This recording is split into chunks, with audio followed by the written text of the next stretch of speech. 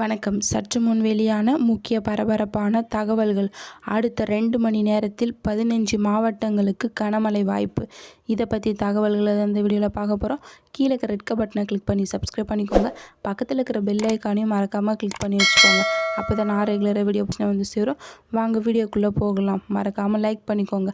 தமிழகத்தில் அடுத்த 2 மணி நேரத்தில் 15 மாவட்டங்களில் லேசான முதல் மிதமான மழைக்கு வாய்ப்புள்ளது என்று வானிலை ஆய்வு மையம் தெரிவித்துள்ளது. இதை குறித்து சென்னை வானிலை ஆய்வு மையம் தெரிவித்துள்ளது.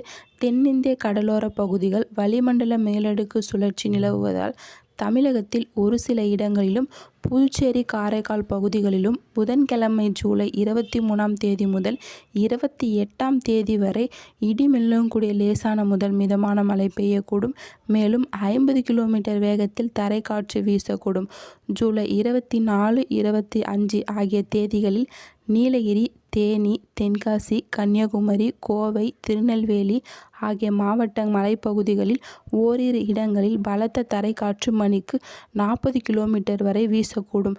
மஞ்சள் எச்சரிக்கை விடப்பட்டுள்ளது. இந்த நிலையில் தமிழகத்தில் குமரி, திருநெல்வேலி, தூத்துக்குடி, தென்காசி, தேனி, நீலகிரி, திருவண்ணாமலை, திருப்பத்தூர், ராணிப்பேட்டை, வேலூர், காஞ்சிபுரம், செங்கல்பட்டு, திருவள்ளூர், சென்னை ஆகிய 15 மாவட்டங்களுக்கு நாளை 24ஆம் தேதி ரெட் அலர்ட் விடப்பட்டுள்ளது. மேலும் சென்னை புறநகர் பகுதிகளில் இடிமின்னலுடன் லேசான மழை பெய்யக்கூடும் என்று வானிலை ஆய்வு மையம் தெரிவித்துள்ளது. நன்றி, வணக்கம்.